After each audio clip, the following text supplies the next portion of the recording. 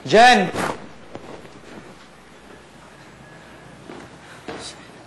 Melanie! Jen! Cody! Cody, si Melanie! Si Melanie! Melanie!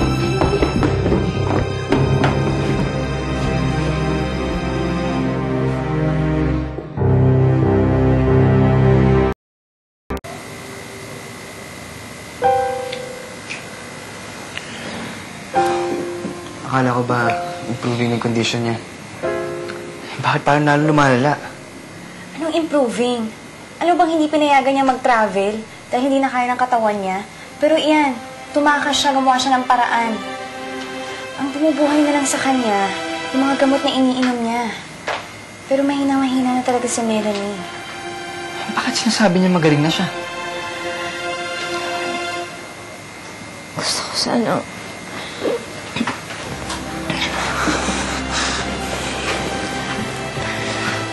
Sana mawala na yung awa mo sa akin. Ayoko din magulo yung buhay mo eh.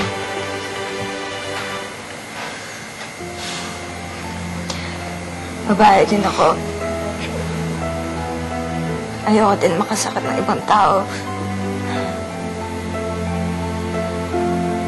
Hindi naman tayo kaya you don't have to stay with me.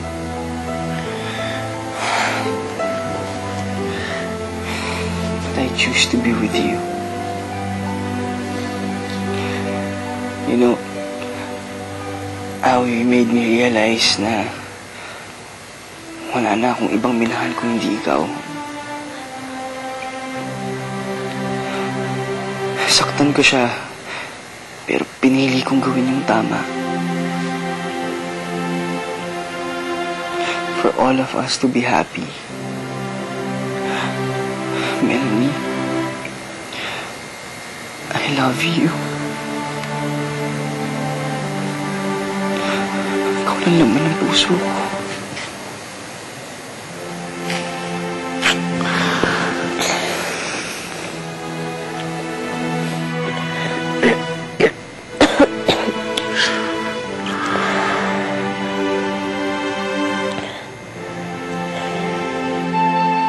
I want to be there for her.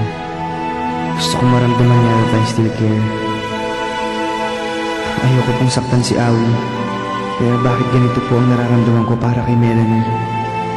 Ayokong iwan niya ako, Lord. Pahabain niya pa ang buhay niya. Please.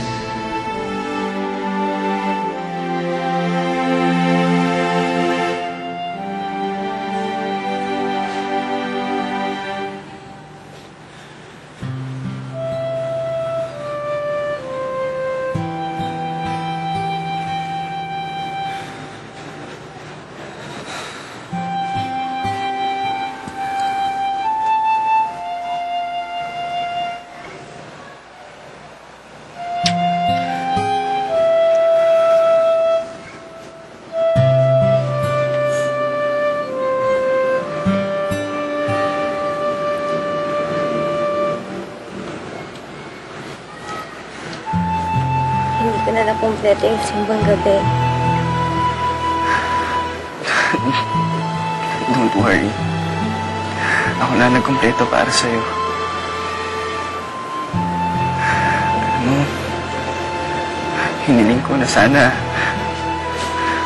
marami pa tayong happy moments together.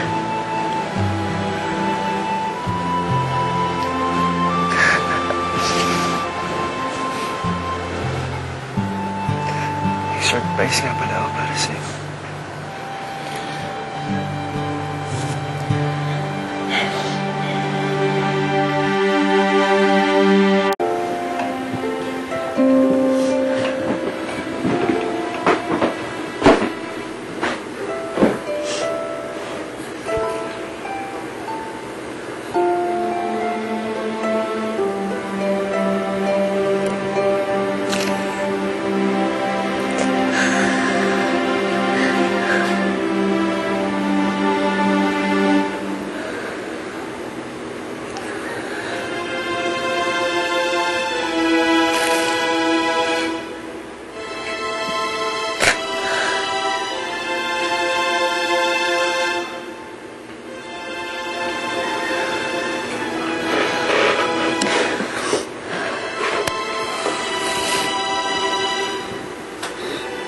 Nagustuhan mo ba? Ako, wala pa akong gift sa'yo. Meron na. Yung pagmamahal na binigay mo sa akin. Sapat na yun.